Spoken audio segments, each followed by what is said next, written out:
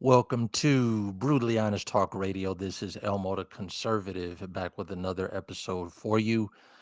And welcome to the show. Before I get started, I want to remind people to subscribe if you have not already. Click the notification bell for the followers on YouTube so that when a new episode comes in, you will be notified.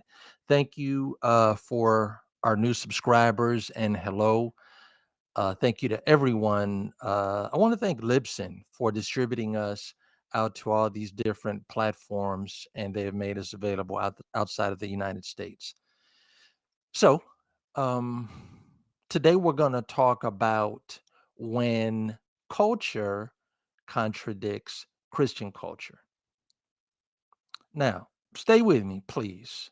If you're not a Christian or you're an atheist, and what I mean is any kind of culture. So American culture, black culture, whatever it is contradicting the culture of the Bible or the Christian church.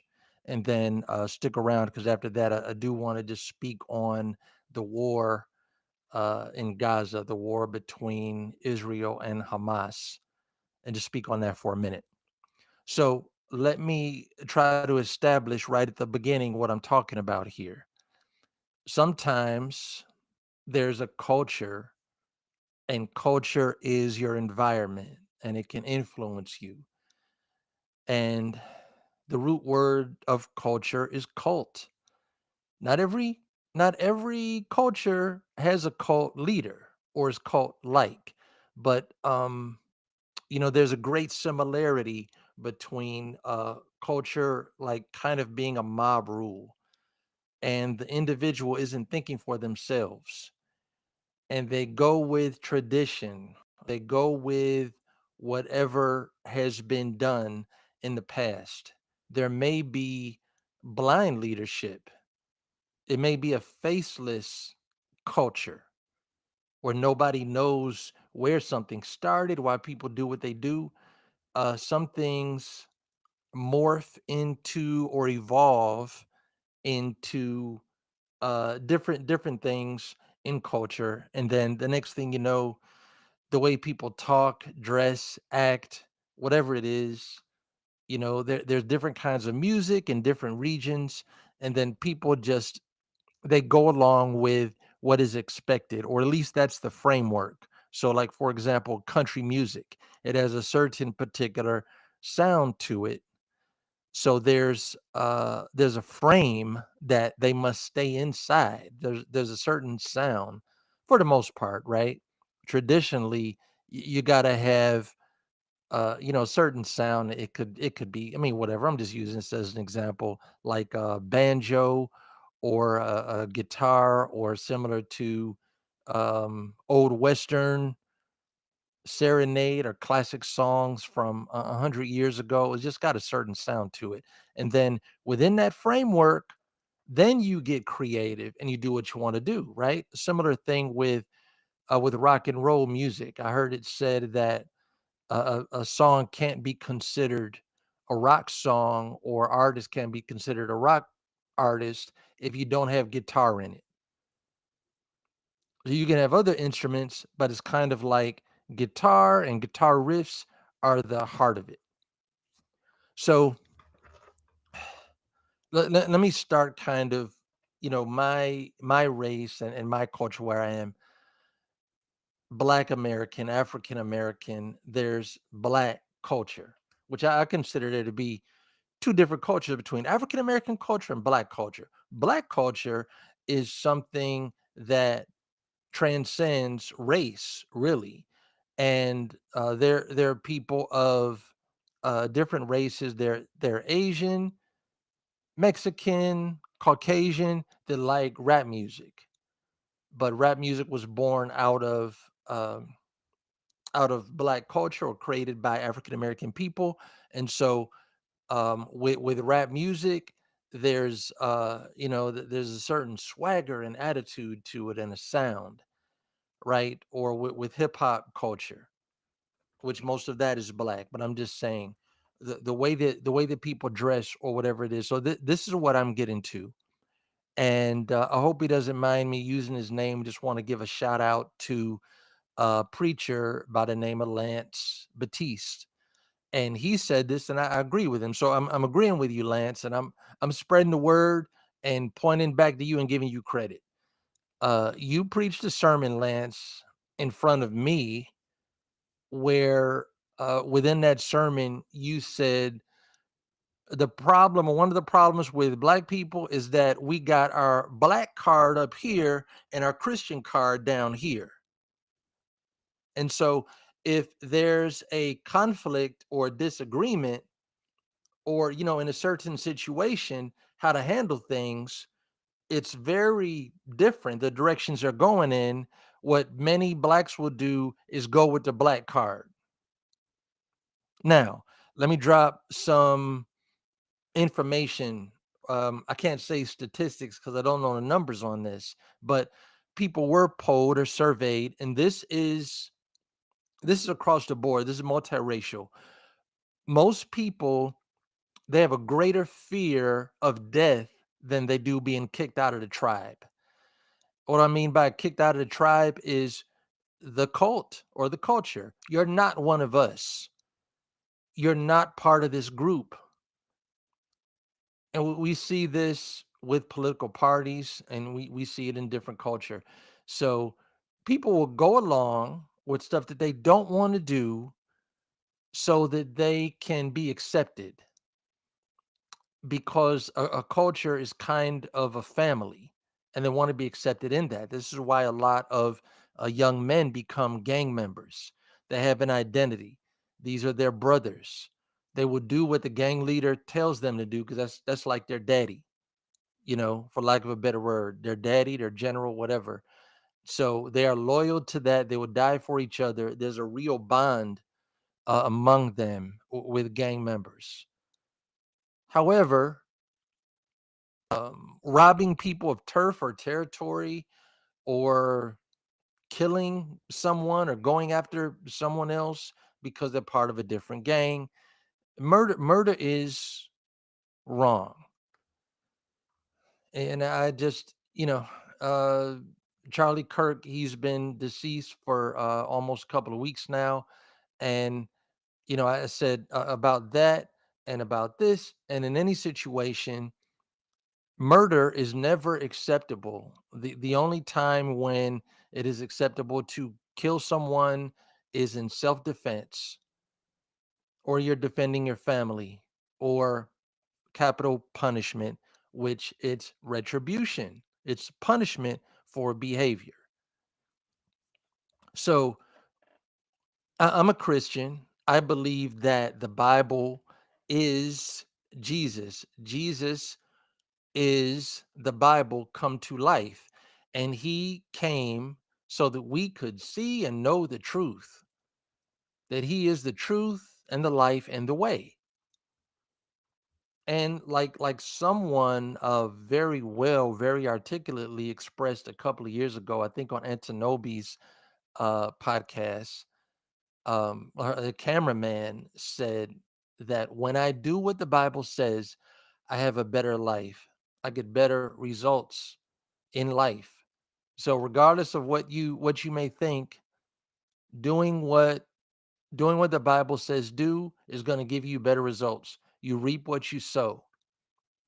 The trad wife and life, the traditional life, Christian conservative, classic family values that have been around for hundreds of years, they work. And some of us want to stay in that and keep doing it.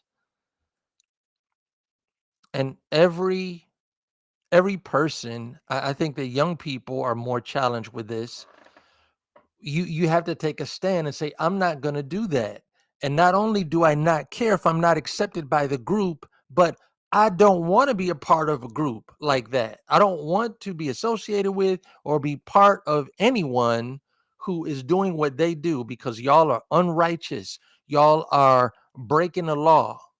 And I am a law abiding citizen. I have a purpose here on earth. I was put here for a reason. I have things to do. And I can't do nothing when I'm locked up. But I got your approval. So that makes me sleep a little better at night? Yeah, from within a jail cell. I sleep better not knowing what's going on with my family and friends. And now my life is literally put on hold. I mean, not really. I can't do nothing, but still aging, and time is going by. The sands of the hourglass are falling because I wanted to be accepted. So what should we do? I mean, I can't tell anybody to be a Christian. It has been a compass and a bright light navigating me and my life.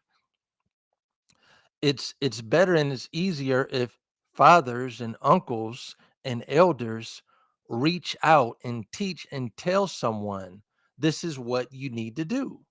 This is how you need to live. So, let me give a few other examples because most people, even most black people, do not break the law. Or, I mean, I think everyone has sped past the speed limit at one time or another, but I mean, most people do not do something in the course of their lives to get locked up, to get put in jail. But there's still other things that we should not do. The thing with the sagging pants, this is still a fucking thing in 2025. And I know in Atlanta, about 15 years ago, maybe more than that, they had to pass a law, a local law, so that a man could be given a ticket if his pants were sagging down below his ass. Now, one of the reasons why some men do this is because they want to appeal to women, and there are some women who like it. And let me say this: men, when it comes to women, men only get away with what women tolerate or what they let us do. So, women, y'all have a lot of power and a lot of control. Set the standard. I have three sons, and I taught all of them wear a belt with your pants, and your belt buckle should come up to your navel, maybe right below it, like an inch. But that's it. So that's just an example of something that's wrong. But here's the thing: is there are people who clearly not Christian. I kind of expect them to do that. But then there are people who are Sunday Christians, or they claim to be Christians, or wear a crucifix around their neck.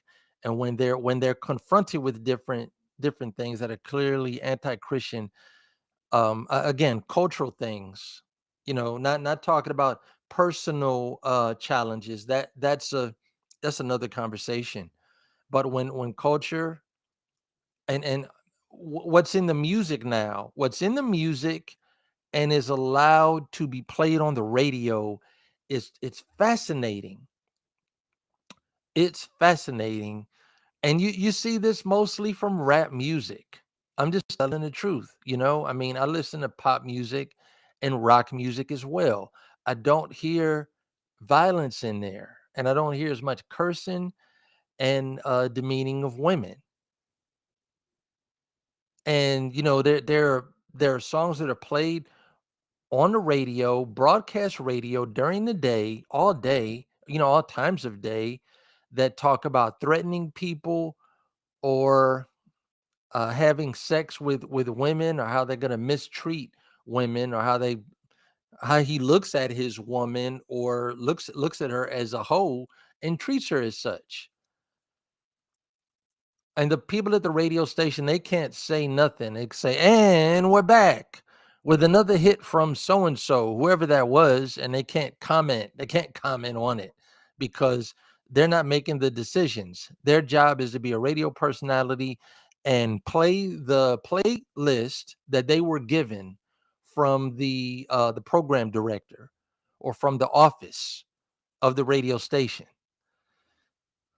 But just because something is in a song doesn't mean that you should embrace it. And anything that causes you to compromise your Christian character, anything that causes you to compromise your values, don't go with it. Everybody, you know, at some time soon, pause and reflect on people that you've known over the last 10 years that you thought were very hip and stylish and popular, and they're wild people, you know. People that they create a stir, they go out in public and make a scene. They play their music loud, they do speed, they're dangerous people, just wild, loud and wild, and get in all kind of stuff. Just think back to 2015 and 2020, and people with that kind of behavior and what happened to them and where they are now, because it can't continue and it can't go on forever.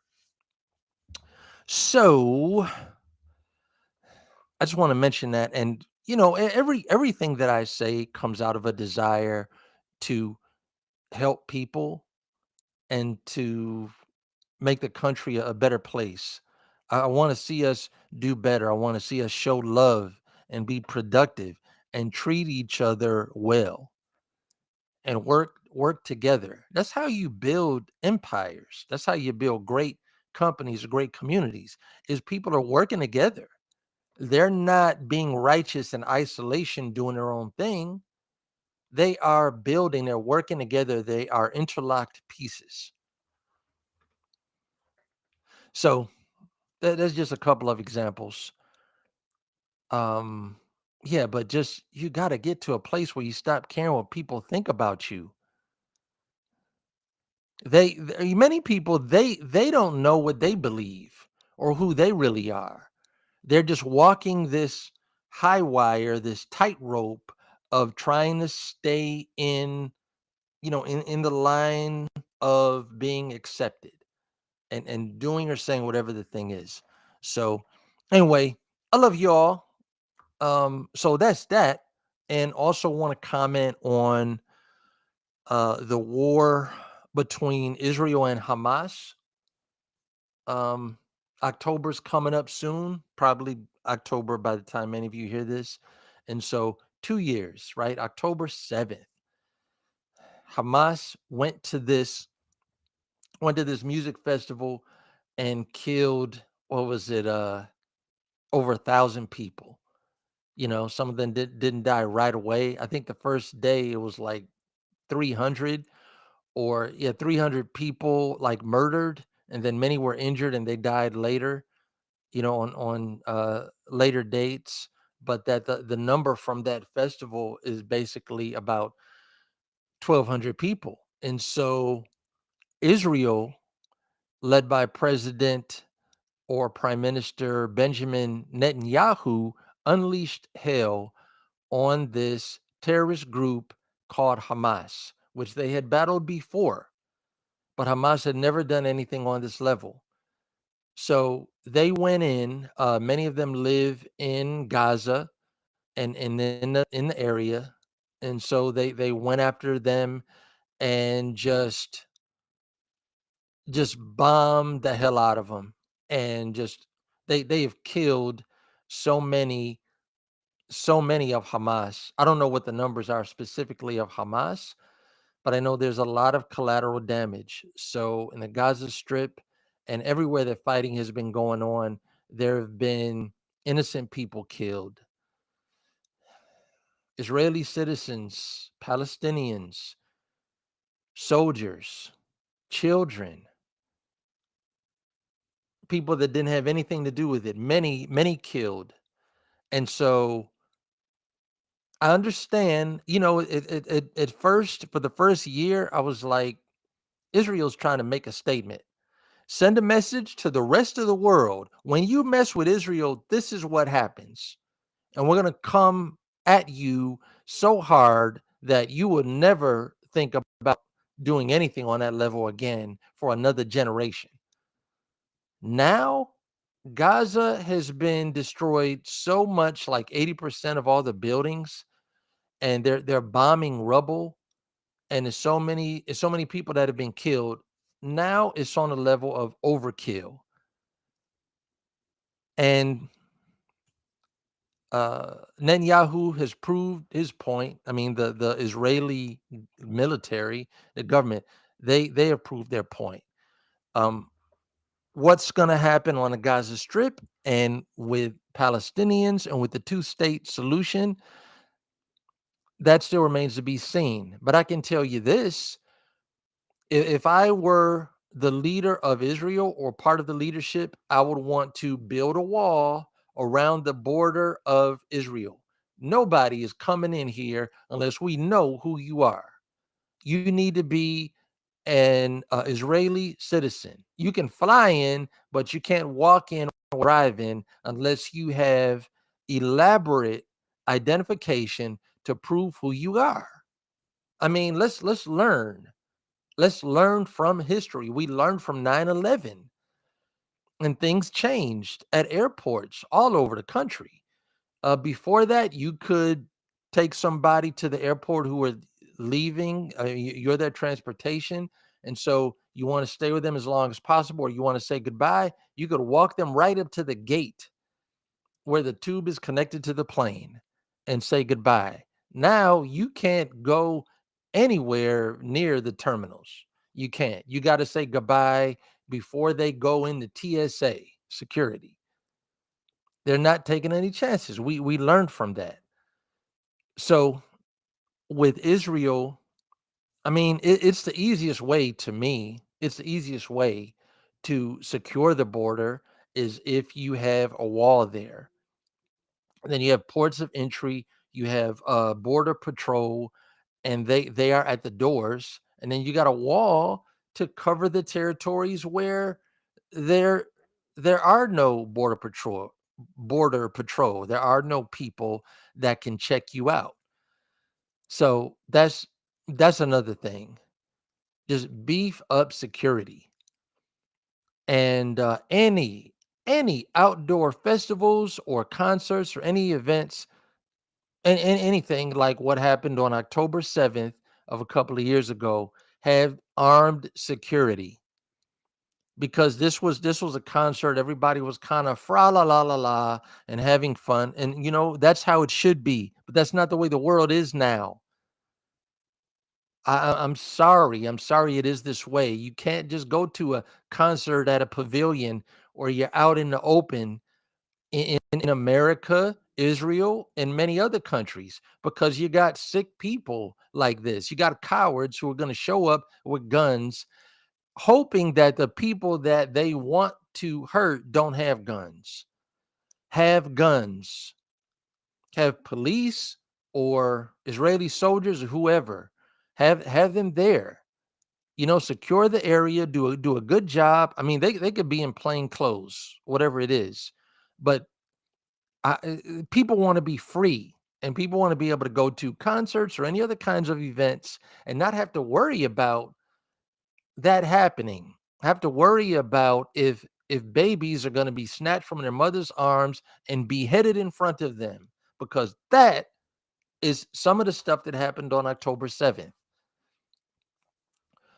And that's it. And then you don't have to worry about some weak, watered down ceasefire with Hamas or anybody else. You can pull back and stop shooting and stop dropping bombs in Gaza and on these people, and you can come home and you can defend and live inside your giant citadel. But that's just my opinion. I agree with Trump when he was asked. It was actually about Ukraine and Russia. Who do you want to win? I mean, kind of a loaded question. I don't really understand that. But this reporter, this woman asked him, "Who do you want to win the war?" And he said, I don't want anybody to win. I want people to stop dying. And that's how I am with Israel and with the Russia Ukraine war. I want people to stop dying, be able to work things out. Play defense. It's a very good thing, and it works out very well when if the only time someone hurts someone else is defense, then no one is attacking. No one is playing offense. You defend yourself, and so there's no attack. No one gets hurt. I mean, it seems like a good formula to me. I'm wrapping it up here. And thank you for your time on Brutally Honest Talk Radio. Let me tell you some places that you can follow us. We are on Facebook, got a Facebook group. Just do a search on Brutally Honest Talk Radio. There's a Twitter account on X by the same name, Instagram, and you can listen to this show not just on YouTube, but also on Amazon, iTunes, Spotify, and everywhere that there are podcasts, you're probably going to find us. So, thank you, everybody. Thank you to our advertisers, and take care. I will catch you on the next episode.